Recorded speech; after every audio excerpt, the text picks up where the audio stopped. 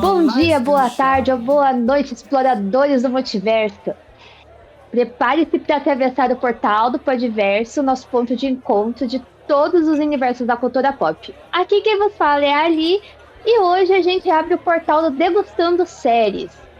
E eu tô na companhia dele, o grande responsável pelo nosso passando de nível, o Léo. E eu espero que todos estejam com o seu Pip Boy ajustado, porque essa série merece atenção máxima. Não é mesmo, Léo? Salve, salve, meus amigos e minhas amigas. É isso aí. Merece muito, né? Agora atravessei o multiverso aí, né? Saindo do meu muquifinho de games pra vir pra cá. Falar de coisa boa, né, mano? Porque, porra, a última vez foi difícil, mas... Saiu agora... do games pra falar de games. Mas dessa vez live action, né? Que já dá já muda um pouco. Mas verdade. Vamos que esse daí...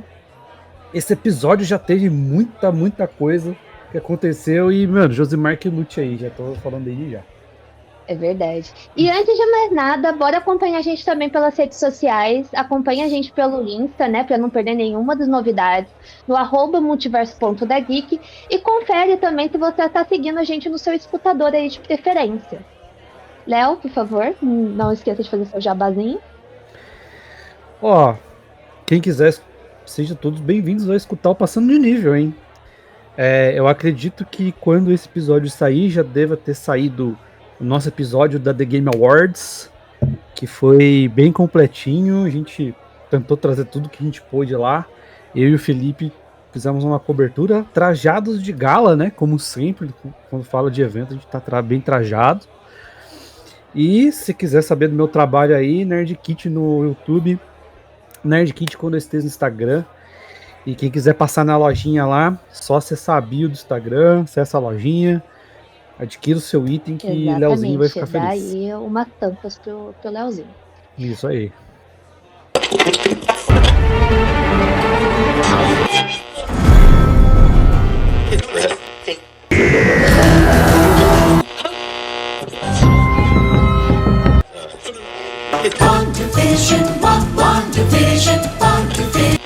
Degustando séries.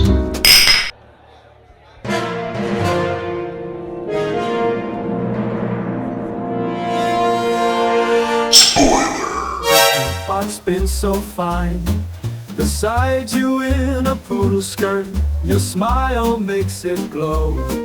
E vamos relembrar um pouquinho da última temporada da série, né? Porque esse primeiro episódio da segunda temporada, ele já começa no exato momento que a série acabou. Então eu acho justo a gente dar aqui um contexto mais ou menos do que aconteceu, né, na última temporada, que é basicamente que mais de 200 anos após uma guerra nuclear, o mundo foi dividido em refúgios subterrâneos e os ermos estavam devastados, né, na superfície. Então a gente tem aí um mundo dividido em dois polos aí. E a história vai acompanhar 3 protagonistas. A gente tem a Lucy, que é do Refúgio 33, e ela tem uma virada, né, na vida dela por causa de saqueadores, né, que entram lá no seu refúgio. E eles são liderados pela Moldiver. E eles invadem esse local e meio que sequestram o pai dela, o rei, que é o supervisor do lugar. E a Lucy meio que quebra as regras e vai para a superfície para tentar resgatar o pai dela. Agora, a gente vai falar de outro personagem muito importante, que é o Maximus, que apesar dele não ter aparecido nesse episódio, a gente precisa dar muito contexto a ele, porque ele vai ser muito importante.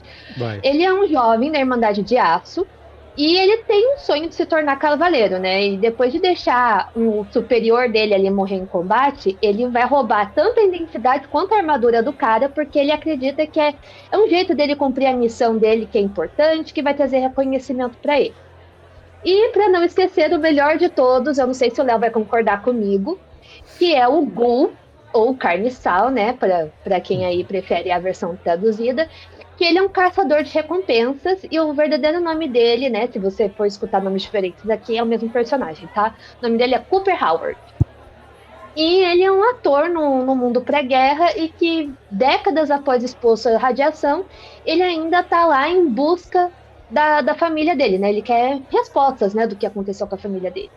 E esses 3 personagens têm o mesmo alvo, basicamente, que é a cabeça de um cientista do Enclave e que contém um segredo maravilhoso. E lá, que a gente vai ter aí essa jornada, que a Lucy vai confrontar a crueldade da superfície, vai ter o primeiro contato dela com a superfície. E também tem a questão do Máximo lá, oscilando lá entre os momentos de ambição dele e a culpa pela sobrevivência dele. Mas a gente não pode esquecer que os 3 pontos mais importantes são os refúgios da Vault-Tec, eles não eram para salvar a humanidade, mas ele fazia parte de experimentos sociais. Isso. E que no caso, né, a gente pode já mencionar aqui que esse experimento, né, foi basicamente um grande teste aí que se o pessoal não morre na parte de cima, eles se matam na parte de baixo, né? Porque ninguém ali dos refúgios às vezes se aturam. A gente... pode falar aí, Léo. Não, os refúgios, eles são assim, pensa no ratinho, aqueles experimentos que o pessoal faz com o ratinho quando ele tá andando no labirinto. É basicamente isso. Então, cada esconderijo tem a sua função, né? No caso do 33, era de plantio e colheita. Eles só sabem fazer isso. E é colocado uma regra na cabeça deles, que eles têm que respeitar isso. Então tem até uma regra de casamento, tem uma regra de compartilhamento com o esconderijo do lado. Então tem várias regrinhas que eles seguem à risca. E o teste deles é até quando que eles conseguem sobreviver e até o quanto eles conseguem respeitar essas regrinhas. Então é para isso que serve cada esconderijo. E sim, tem pessoas observando esses esconderijos aí de alguma forma. Acredito que nessa temporada vai mostrar um deles, bem cara a cara mesmo, né? Já que o outro ficou mais assim, falando por cima, né? E no caso da Lucy, a gente vai ver um paralelo do mesmo objetivo. Que o objetivo dela no primeiro era achar o pai dela. O objetivo dela no segundo é achar o pai dela. Só que agora com motivos diferentes. Com motivos diferentes. Isso. E a gente precisa lembrar, né, que o Hank, o pai da Lucy, ele é um executivo da Vault-Tec, né, que ele foi mantido em criogenia por um tempo. E a própria guerra nuclear foi planejada pela Vault-Tec e outras corporações para garantir o sucesso dos refúgios. Aí a gente também tem a questão da bomba, né, matando a família lá do pessoal. E a gente também tem o Hank fugindo, né, em rumo a New Vegas, que tem um jogo, né, de Fallout New Vegas, e que a gente vai ter aí bastante easter egg no meio do caminho que o Léo vai apontar aí pra gente quais são os grandes pontos. Mas aí, Léo, o episódio funciona mais como uma reintrodução ou a gente já tá tendo aí um caminho novo mesmo pra ter aí uma temporada mais completa? É nada, eu achei que foi já um pé na porta e os caras continuaram, não tem revisão não. A revisão, na verdade, foi o que normalmente a Prime Video faz, né? Ela coloca ali 5, 6 minutos antes de resumo da temporada anterior, né? Até porque foram 2 anos aí de hiato. Aí, normalmente eles fazem isso mesmo, eles colocam lá para você rever e tal, para você relembrar, porque a série não vai trazer nada disso não, a série ela vai para frente. Sim. Então a gente já tem ali o começo no passado, que já tá mostrando o grande vilão aí.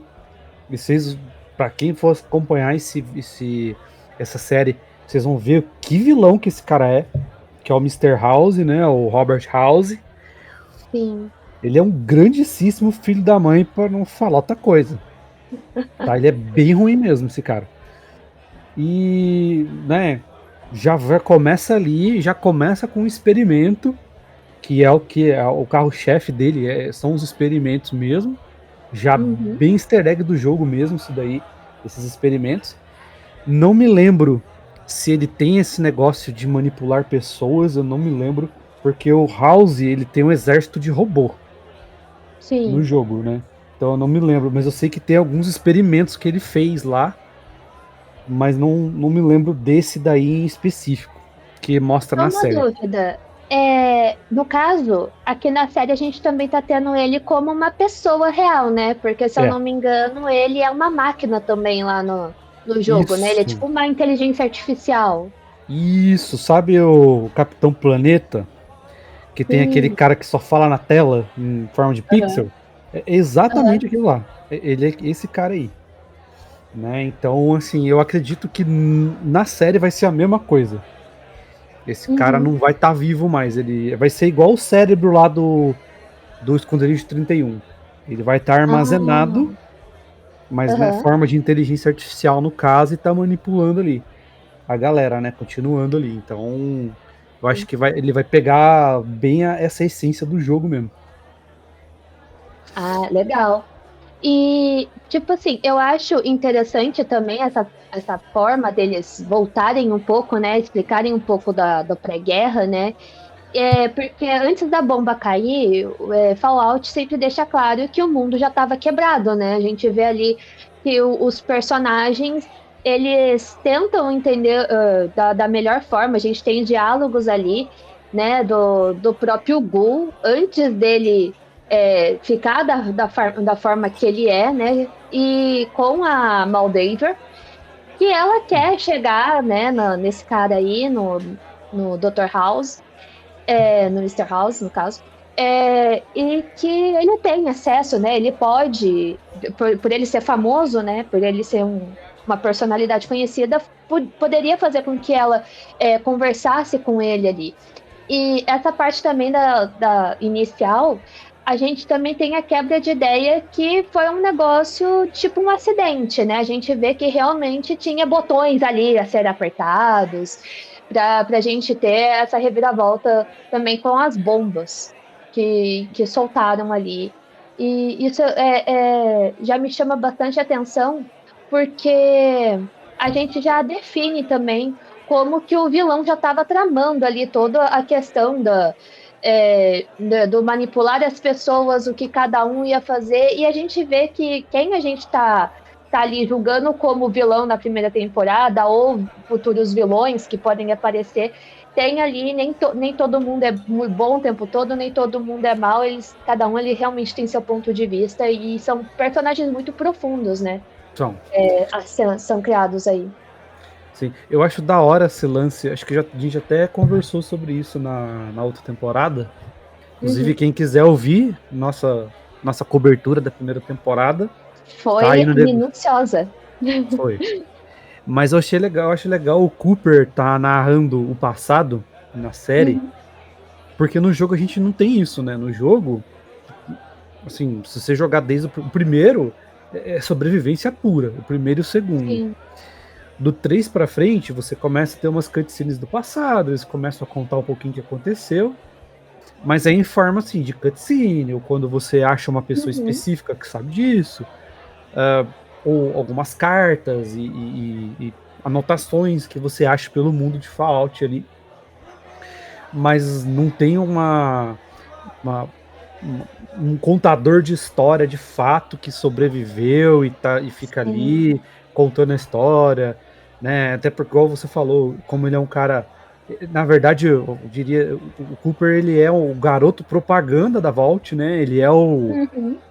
o, o Vault Boy, né? Ele é o próprio Vault Boy ali. Sim. Então ele tá sempre andando no meio dos executivos. A esposa dele é uma executiva, né? Então Sim. ele tá andando ali e você consegue ver mais ou menos, né? Na visão dele, claro, os bastidores do que foi esse negócio, né? Então isso que é maneiro, assim, como a série não vai ter o quesito exploração, então você vai ser narrado através desse personagem. Então ficou muito bom isso aí. Achei que ficou muito legal. Sim. Eu acho legal a abordagem que eles estão dando, principalmente para New Vegas agora, por exemplo, pelo que eu tenho conhecimento do jogo, a gente não começa num vault em New Vegas, né? A gente é tipo um entregador no, Isso. no jogo, né? E essa diferença entre os jogos, tipo, New Vegas, se eu não me engano, eu acho que é um dos mais aclamados, né, pelo público que gosta de Fallout. E pode aí ter aí, além das referências durante o negócio, né, saber o que aconteceu, inclusive depois, né, do que acontece no jogo, porque a gente está falando aí de uma passagem de tempo dos acontecimentos do fechamento do jogo, do New Vegas, pro resumo que a série está trazendo. Então fica aí também um contraste do que ocorreu e como os personagens que você talvez tenha visto no jogo de alguma forma podem ser reintroduzidos ali de alguma forma. O que a gente já sabe que vai ser introduzido lá são as facções, né? As facções no New Vegas são as coisas mais importantes do jogo, tá? Porque você pode escolher para que lado você vai, se você quiser ser independente, você fica, se você quiser se aliar a alguém, você se alia, né? Então, isso a gente já sabe que vai ser adaptado. No trailer já mostrou o Caesar's Legion, né? Que é a Legião de César, que é a do Macaulay Culkin. Isso. Né? Apareceu lá... A bandeira, eu acho que é da California Republic, né? Da New California Republic aparece uma bandeira, né? Que é a mais desgraçada que tem, essa daí. Né? A Caesar, ela é mais violenta. Mas a California Republic, nossa senhora, ele é muito, muito filho da mãe. Ele é muito filho da mãe mesmo. E apareceu lá... Eu não sei se eram os Boomers, não me lembro bem o nome, mas é uma gangue pequena que no trailer, né, apareceu uns caras assim com o topetão do Elvis, sabe? Sim. Então, ela é uma gangue pequena. Eu não sei se são os Boomers, Kings, é alguma coisa assim. Eu sei que eles são engraçados, esses caras. Então eu acho que talvez eles peguem isso daí também. Então eu tô louco pra ver. Com certeza. Eu acho que eu acho legal eles abordarem isso, porque, se eu não me engano, por exemplo, essas que a gente comentou são as facções maiores, né? Porque são muitas, muitas facções e, se eu não me engano, conforme você vai seguindo, né, o propósito de alguma facção, isso muda completamente seu jogo, porque as pessoas começam meio que gostar e não gostar de você, né? Tem umas coisas assim, que é meio karma, né? Que é falado, né? E se eu não me engano, a gente também vai ter em algum momento alguma coisa do Great Khans, né? Dos Khans. Que também são muito importantes ali. Se eu não me engano, ninguém mata eles, né? Uma coisa assim que... Ou você manda eles também para uma missão suicida, algumas coisas eles assim, voltam, né? É isso. Vai pra você manda uma missão suicida, eles voltam. Eles conseguem voltar. Então é um negócio muito louco, assim. Ó, a gente também vai ter, eu acredito, né? Até por causa do Maximus, a Irmandade de Ferro, né?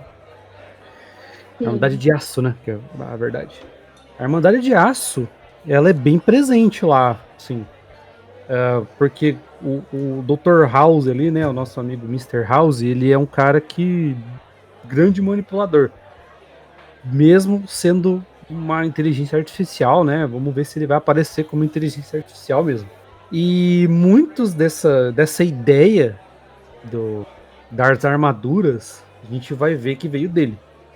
Né? Ele não é o cara do protótipo, o protótipo a gente já viu na primeira temporada, né? Que veio da indústria da esposa do Cooper, né? Eles já estavam fazendo o protótipo lá, mas muito da ideia, da tecnologia por trás da armadura veio desse cara também. Então acredito que a Irmandade vai estar envolvida com ele de alguma forma, ou manipulada por ele, mas que vai estar presente. Eu acredito que vai estar presente, sim. Agora eu quero perguntar um negócio pra você, tá?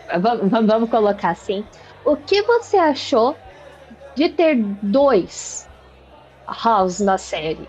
Porque, né, a gente tem o Rafi Silver, né, o ator Rafi Silver, fazendo o que vai pra televisão, o que vai pra mídia. E a gente tem o Justin, eu não sei falar o sobrenome dele, mas que ele faz, né, o Robert House fora das telas. É o que mais está manipulando ali por trás. Que, inclusive, ele parece até mais o personagem do jogo, na minha opinião. O que você achou dessa jogada de ter dois personagens, né? No caso, um personagem, mas duas pessoas interpretando. O que vai para as câmeras e o que tá manipulando as Eu cordas acho por trás, vamos falar assim. inteligente, né? E faz parte da manipulação. Porque enquanto o cara da TV tá puxando a atenção, a galera tá criticando, né? Por outro lado, ele tá observando. E é justamente o que a cena do VAR mostra. Né? Ele tá ali no canto, Sim. só olhando os caras reclamando ali, porque é um político safado, né? Querendo ou não. E ele tá observando o que as pessoas estão falando. Quem que será que eu posso usar? Quem que será que eu posso manipular? Ele tá ali, ele tá por trás dos panos. Que é o que ele é mesmo. Né? Tanto que quando ele vira uma inteligência artificial, ele tá atrás de uma tela. Então, É verdade. ele tá sempre por trás de alguma coisa. Sempre vai estar alguém na frente dele. E não é diferente. Então, assim, é genial. E fica meio camuflado, né, ali no pessoal, porque ele descobre os pontos altos e baixos, como tá também a popularidade dele ali entre o pessoal, né? Exato. Então ele consegue estudar esse ponto. Isso, e o careca lá pergunta pra ele, quem que é você, mano? Tipo, pô, o cara tá ali na tela, dando entrevista, como que o cara me pergunta quem que ele é, sabe? Porque são pessoas diferentes, se você parar pra olhar, eles têm o bigodinho e tudo, mas o semblante dos caras são diferentes, né? O rosto é diferente. Sim. E o cara pergunta, quem que é você?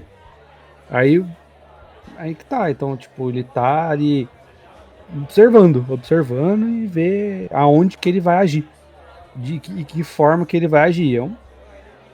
Covarde, mas genial, por outro lado. Aí, agora a gente vai entrar num ponto que eu acho que é uma dinâmica que tá sendo muito interessante, muito divertida, querendo ou não, de se acompanhar. Não sei se esse foi um dos melhores pontos da série pra você, pra mim, mas essa dinâmica pra mim foi um dos pontos mais interessantes desse episódio, que foi a dinâmica da Lucy com o Cooper, né? Ali pelo Monjave. E pra mim, os dois, apesar de serem completos opostos, né?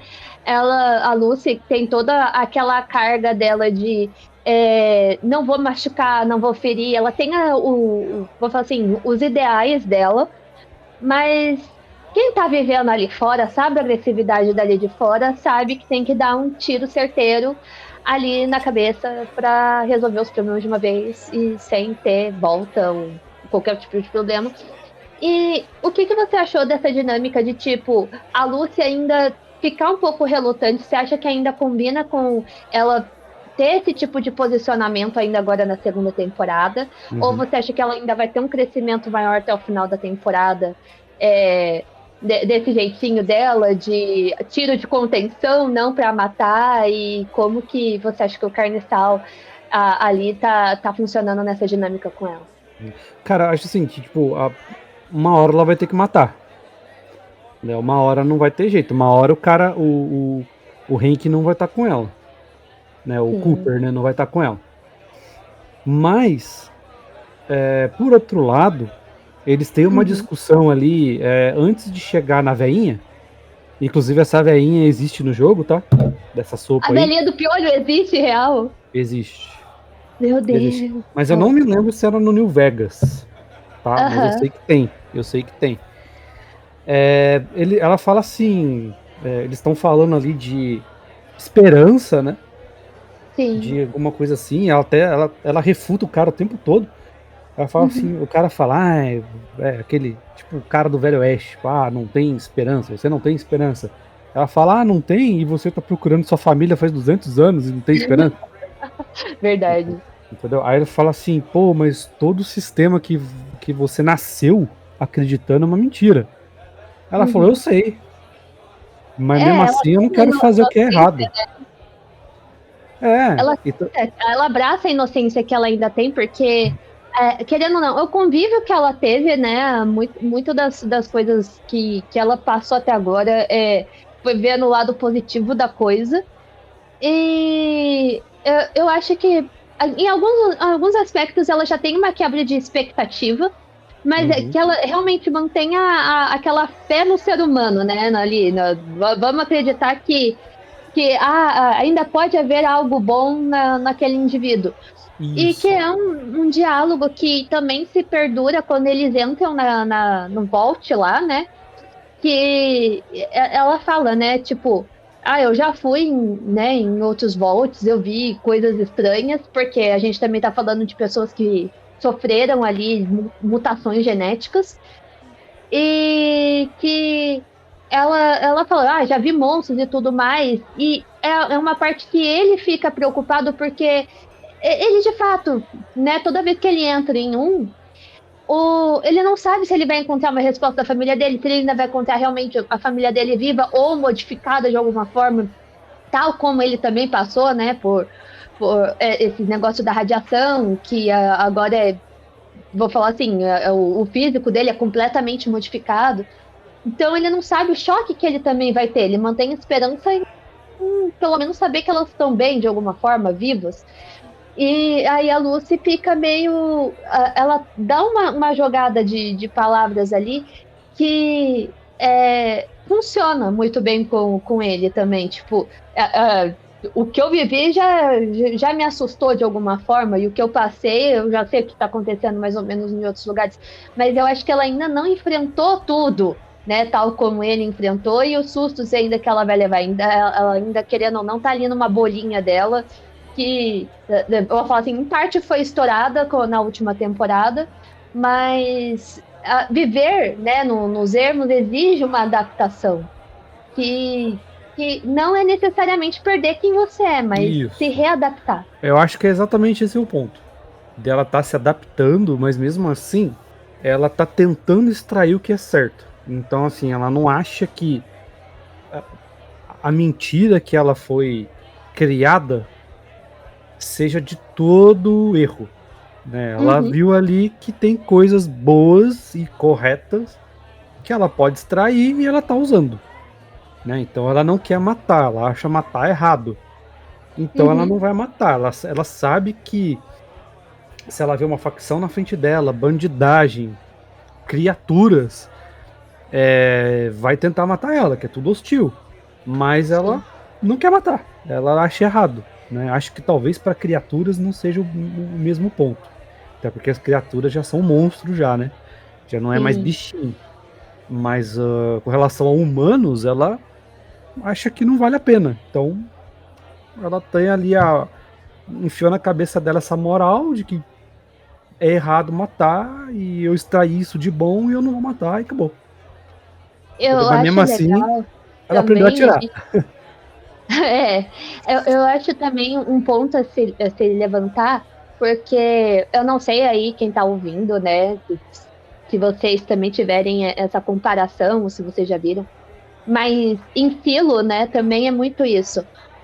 A gente também tem agrupamentos, né, mas no caso, todos esses agrupamentos, né, esses votos que estão fechados, no caso em Filo eles fazem tudo, né, cada um é independente do outro. Isso. Apesar de que antigamente eles tinham comunicação entre si e tudo mais. Mas eu acho que a quebra de expectativa, por exemplo, entre a Juliette, né, e no caso a Lucy, são duas personagens centrais. As duas têm que passar por uma adaptação muito grande de quebra de expectativa do que tá lá fora no mundo. E é legal ver a diferença como cada uma acabou lidando com aquilo, né?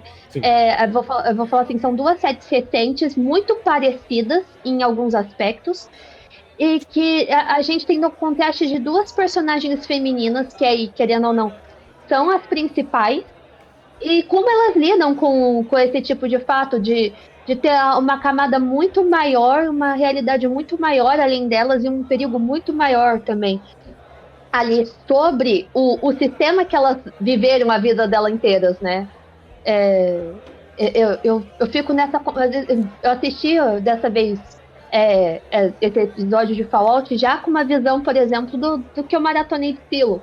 Então, sim, eu pude ter uma realidade diferente de como a Lucy também poderia tá reagindo agora, justamente por causa da Juliette Nichols. E fica aí também a dica aí pra vocês que gostam desse tipo de mundo pós-apocalíptico diferenciado. O Silo também é uma série muito legal. Eu vou ter que assistir, sabia? Não assisti ainda não. Sério, Vou cara, correr atrás. sensacional. É sensacional. Você assiste muito rápido, porque você fica muito curioso de como são formados. Eu realmente não dei nenhum spoiler aqui, tá? Só pra ficar claro. Eu não dei nenhum spoiler aqui, mas é realmente a questão da dinâmica das duas personagens, ambas sendo mulheres que cresceram nesse tipo de universo, né? Mas eu acho que nesse ponto a Lucy foi realmente muito mais mimada do que a Juliette, que sempre teve que Se virar, né? adaptar e se readaptar. Sim. Então, você tem ali um contraste muito grande de duas personagens femininas e é muito interessante ver. Depois eu quero saber o ponto de vista do Léo quando ele maratonar tudo isso, porque vai ser muito legal. E de vocês também que estiverem escutando, se vocês assistiram Silo, quais são as perspectivas de vocês entre as duas séries, porque é muito interessante a gente abordar sobre isso. E aproveitando que a gente já tá falando de volta, né, a gente tá ali com o pessoal do 32 se juntando com o pessoal do 33, né, a gente vê ali brevemente o que tá acontecendo ali nos refúgios, e eles estão com problema de água também, né, eles estão tentando organizar tudo.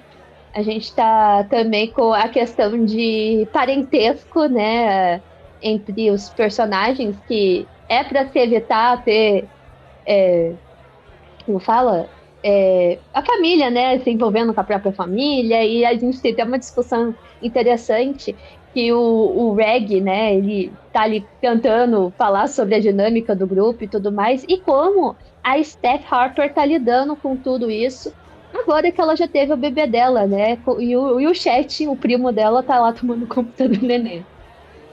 E o que você tá achando dessa dinâmica aí dentro dos refúgios? Na verdade, essa mulher aí, ela tá na dela, tipo, ela não tá nem aí.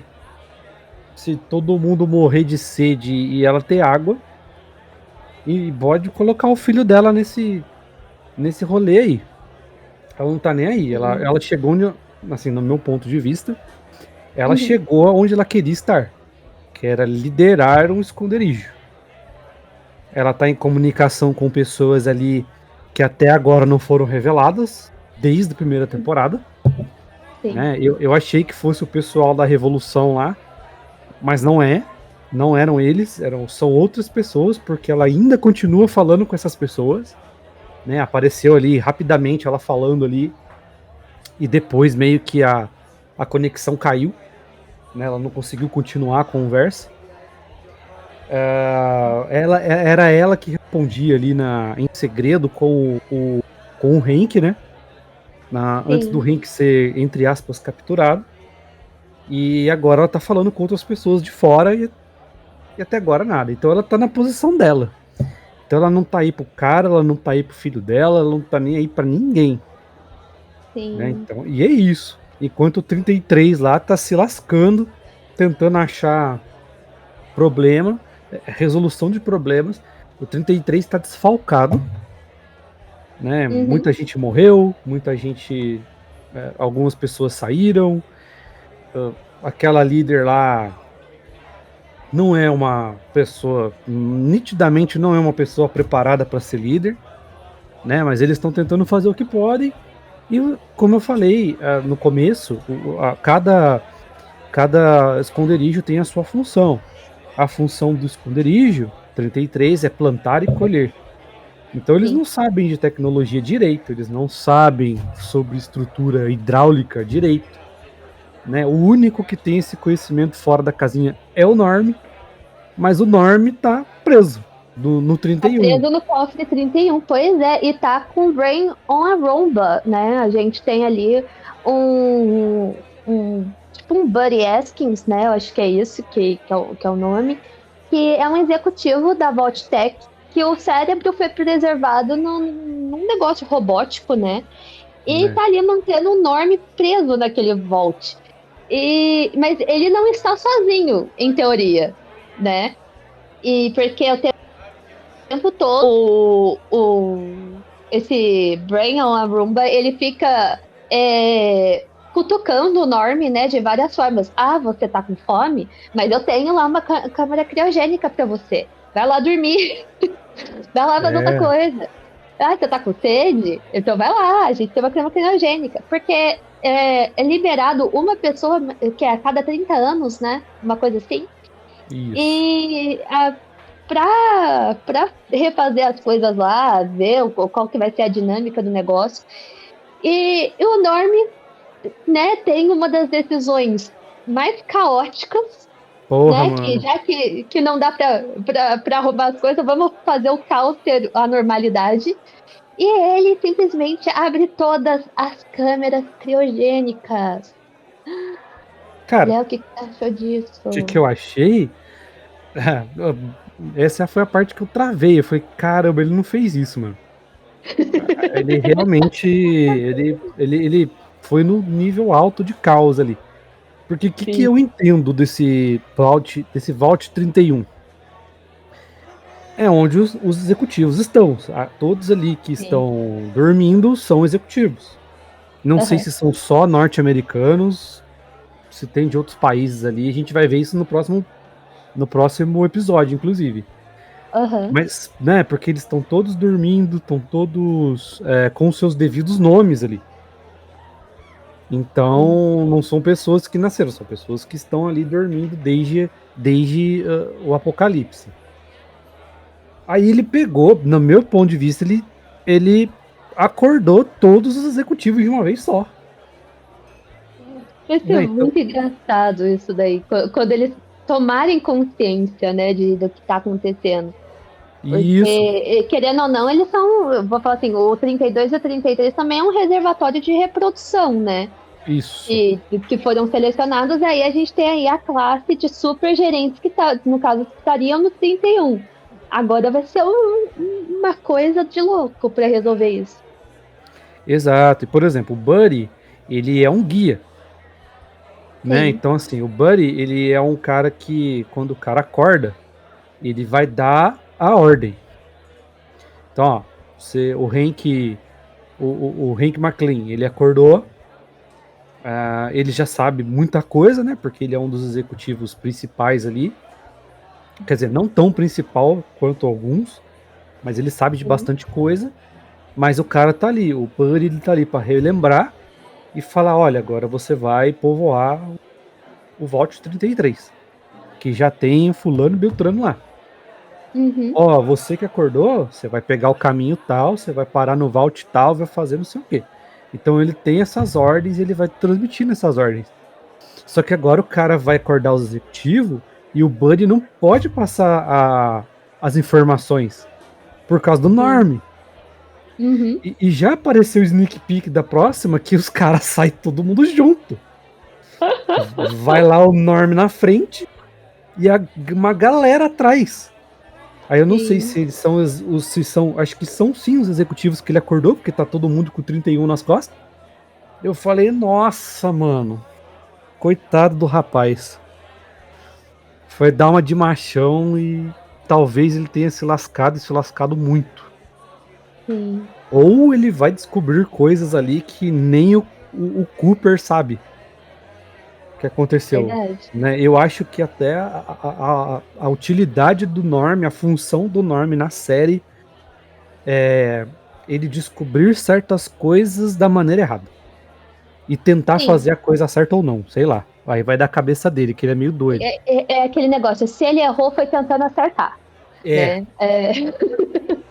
Porque o tempo todo eu fico pensando assim, cada Vault, né, cada refúgio, por ser um experimento, a gente não sabe o que a gente pode esperar às vezes de cada um, porque realmente é um enigma, né, em alguns aspectos, porque eu falo assim, a gente sabe que alguns realmente foram muito na base dos experimentos, tem também outros que também estão passando pela situação da câmara criogênica.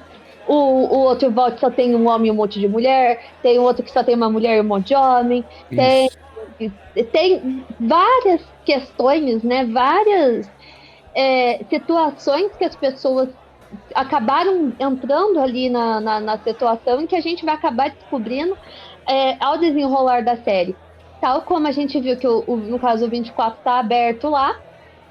E agora a gente vai tentar saber o que está acontecendo, né, no próximo episódio. O que a gente vai encontrar, além do que foi mostrado, né, da Lucy ali, encontrando lá o cara, que a cabeça dele explodiu, depois dele falar, né, as falas que o caso Hank, o pai dela, tinha deixado lá o docinho de leite, volta pra casa, não sei o quê. Mas a gente vai falar assim, a gente não sabe se ainda vai rolar mais um pouquinho de exploração em algum vault ali perto, ou se eles vão direto, né, pra a caça ainda do Hank e tudo mais. Então fica ali um pouco em aberto. Isso, só pra dar o contexto aí, daí já é easter egg de jogo, o que tem várias mulheres e um cara é o Vault 69, tá? Só pra deixar esse contexto. E meio assim, né? Vamos colocar aqui essa coisa. Bom, só pra quem quiser procurar no Fallout 4, é esse daí. Mas ele não abre, tá? Ele não abre, mas eu acho que é o Vault 112 também, que também que são câmeras criogênicas, umas coisas assim, né? Sim, sim. Isso. Aí, por exemplo, o 4 eram de experiências com criaturas e de testes medicinais, né? Então, sabe esses laboratórios que tem por aí, que a galera testa em animais, essas coisas? É basicamente isso, só que eles também, alguns deles já saíram para o mundo pós-apocalíptico, capturaram criaturas e lá tem criaturas que eles fazem teste, etc e tal, inclusive até teste de ressurreição tem dentro desse Vault 4. E no 24, a gente pôde ver ali que ele é um teste tecnológico, né? Então, eles colocaram ali o soviético ali dentro, ou pessoas supostamente eram soviéticos, né? Uhum. E eles estavam testando justamente a manipulação cerebral através do chip mental que a gente viu a primeira cobaia logo no começo do episódio lá, que o Robert colocou no careca lá. Então era mais um esconderijo de experiências ali, né? E tá tudo largado. E onde que apareceu aquele cara? Provavelmente... acho que eu sei quem é aquele cara, né? Ele é o filho da véia, né? Sim. Ele é o filho da véia que o cara pegou e deixou lá até a Lucy achar ele. Exato. Agora que eu me toquei. Mas é isso. Então, cada vault tem a sua utilidade mesmo. A gente acabou de descobrir mais um. Se você quiser saber mais sobre os vaults, joga o 4. Porque o 4 ele tem um mundo gigantesco ali em volta. E você vai achar vários vaults diferentes. Alguns abertos, outros não. Então, você vai achando lá e vai desvendando isso. Inclusive o 24 é uma relação com o 4. Por causa que você consegue entrar e você acha soviéticos lá dentro e tal. Mas eu não me lembro se era do chip mesmo. Como eu falei no começo, eu não lembro dessa experiência aí em nenhum jogo, né? Se alguém puder refrescar minha memória aí, comentar aí, pra eu lembrar, que eu não joguei todos os jogos, mas os que eu joguei eu não me lembro disso. Mas eu sei que o 24 sim era um campo de experimentos, mas não era disso, era de outro tipo de tecnologia. Não me lembro se era arma ou se era algum tipo de explosão, de mini bombas que fica dentro das pessoas, as pessoas explodem igual um kamikaze. Eu não me lembro disso. Não me lembro do que era, mas eu sei que era um tipo de tecnologia assim. O pouco que eu sei dos votos também foi sobre o Fallout 4, né? Porque teve uma época aí que sempre me espolhavam sobre o jogo. Tanto é que foi nessa época que eu descobri também, né? O Fallout Shelter, que é o jogo de celular e Nintendo Switch, para quem quiser. Isso. E é muito gostosinho, porque apesar de ser uma versão mais compacta, meio bichinho virtual, você tem um pouquinho do conhecimento desse mundo e vou falar assim, você já cria uma familiaridade ali com o que aconteceu, com a história, com alguns personagens que vão aparecendo ali. Isso. Então, você vai descobrindo um pouquinho deles e conforme você vai jogando, você vai expandindo o seu pequeno mundo ali. E também é bem nessa. Eu falo bichinho virtual porque o tempo todo você tem que ver, porque acontece a mesma coisa que acontece na série. Entra gente lá, tenta roubar suas coisas, e rouba arma, e entra bicho, e aparece uns negócios estranhos. Isso. Mas é bem divertido no aspecto geral. Mas agora a gente vai falar a gente falou dele o tempo todo aqui, mas a gente precisa falar mais ainda dele, que é o Sr. Hank, né? Então vem a grande dúvida do que o episódio levanta, que é o Hank tá obcecado, né, no caso, ou ele tá só se preparando para se tornar alguém, né? Porque à primeira vista parece uma coisa bem simples. O Hank age como um funcionário exemplar, do jeito que a gente tá vendo lá. Ele grava relatório, segue protocolo, ele fala em dar uma continuidade em trabalho, tudo mais, né? Um cara de um empregado fiel de uma mega corporação e tudo mais. Mas quanto mais você presta atenção, mais estranho começa a ficar, porque, primeiro, ele não fala diretamente com o House, ele fala para alguém. Pelo menos é isso que deu a entender para mim. Sim. Um superior que pra gente é invisível, então isso cria uma distância, né? Não parece que é uma conversa entre iguais, mas também não parece uma coisa só de operacional. Ele não tá lá só gravando o podcast dele lá e para o próximo que for ouvir. Então eu penso assim, o outro ponto é, o Hank não tá em pânico, ele não tá fugindo, ele não tá improvisando, ele tá lá super confortável. A gente vê que ele troca de roupa, ele coloca o terno, ele toma um café, ele basicamente, se pudesse, ele dava, né, aquele negocinho de gatilho pro pessoal lá mesmo, com a cabeça estourada. Ele tem um comportamento que a gente vê que ele tá realmente vivendo uma realidade dele, ele tá jogando o jogo dele. Então ele vê os chips, né, que foram diminuindo, tá seguindo um projeto. E o House, ele sempre teve aquele, vou colocar assim, um arquétipo, né, de planejar as coisas, tanto é que a gente sabe que ele tenta prever todas as variáveis, que no caso ele tentou sobreviver a qualquer coisa que fosse de cenário possível ali, então o Hank tá tentando seguir a mesma jogada. E ele fala em consertar tudo, né? A gente tem exatamente essa frase, que ele vai consertar as coisas. Antes do cara lá explodir a cabeça na frente da Lucy, ele fala que ele vai consertar as coisas. Então, será que ele vai controlar o futuro? Será que ele vai dar continuidade ali naquela tecnologia? O que será que aqueles executivos congelados têm de conhecimento? Então, assim, é a mentalidade do House ali trabalhando de alguma forma. Então, Léo, o que você está pensando que a gente tem aí do Hank? Você acha que ele está executando só o plano do House ou ele está aprendendo com o House para ocupar o lugar dele de alguma forma? Cara, eu diria que ele está trabalhando com o House, mas não está respondendo a ele. Ele está respondendo a alguma outra pessoa. E essa pessoa não acordou, porque ele fala assim, tem uma hora que ele fala assim, eu espero que você esteja bem, quer dizer, você está bem.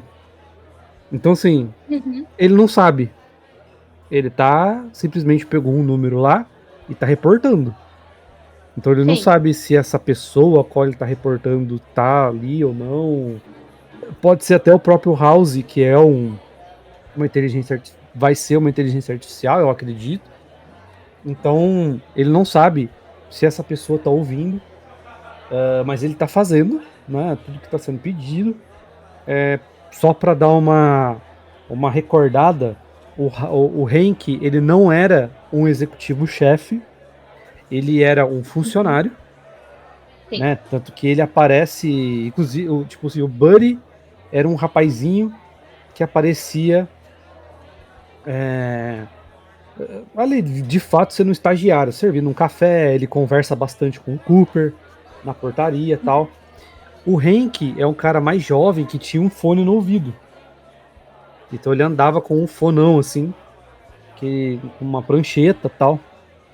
Então ele era um funcionário mesmo, mas um funcionário que tinha alguns acessos mais elevados do que um funcionário comum. Então, praticamente, o que eu entendi ali é que ele ainda tá trabalhando. Né? Então, ele foi um dos selecionados, ele conseguiu ser um dos selecionados para ir para a Câmara Criogênica e repopular o mundo. Só que ele ainda não chegou onde ele quer chegar. Isso que passou para mim. Até porque, se você lembrar, eu lembrei agora, tava tentando lembrar dele antigo, eu lembrei.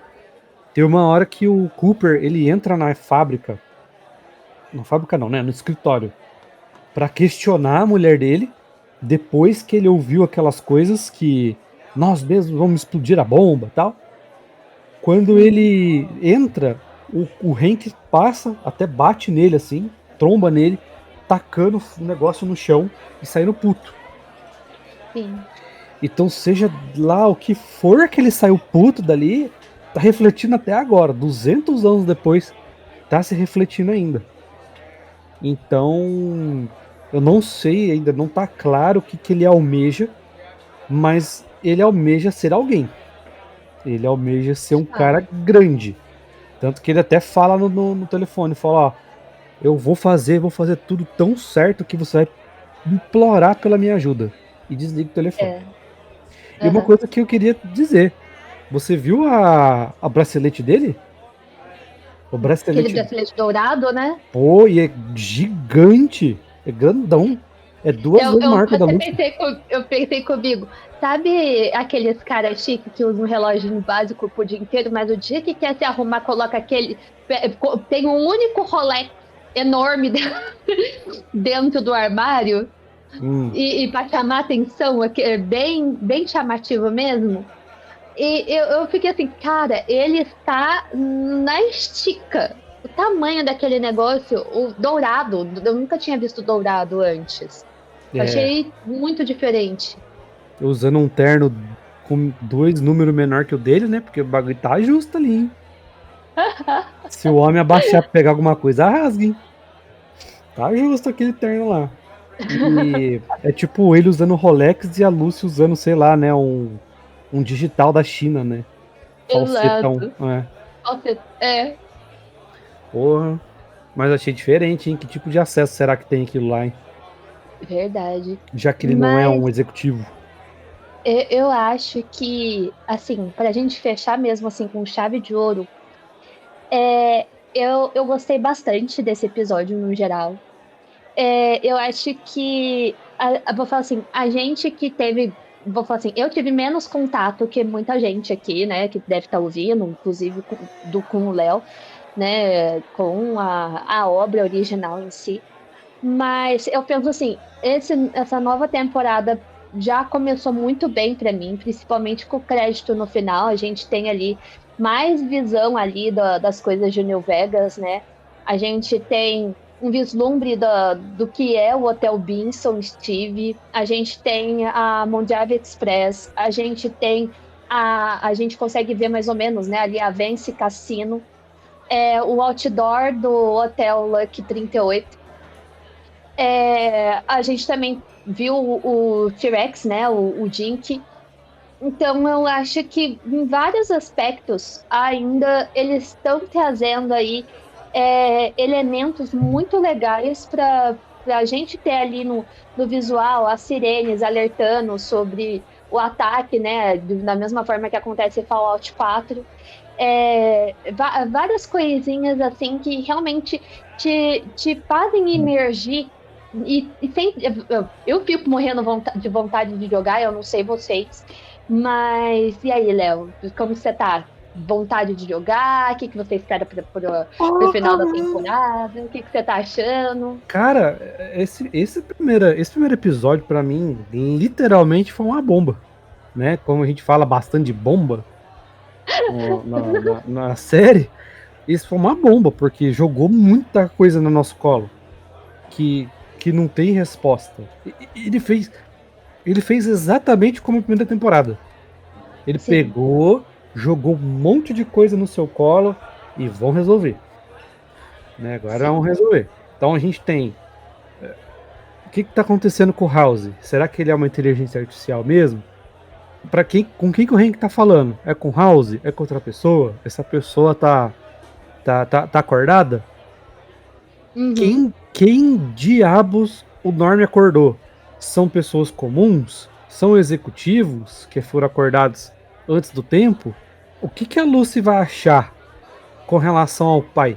Né? Porque ela pelo que eu tô vendo ali, cada caminho que ela tá fazendo, o cara tá deixando um rastro de informação. Né? Foi o que eu entendi ali quando até que ele deixou o recado no chip neural do cara ali, que ó, calma aí, o doce de leite, vai ter algumas coisas aí.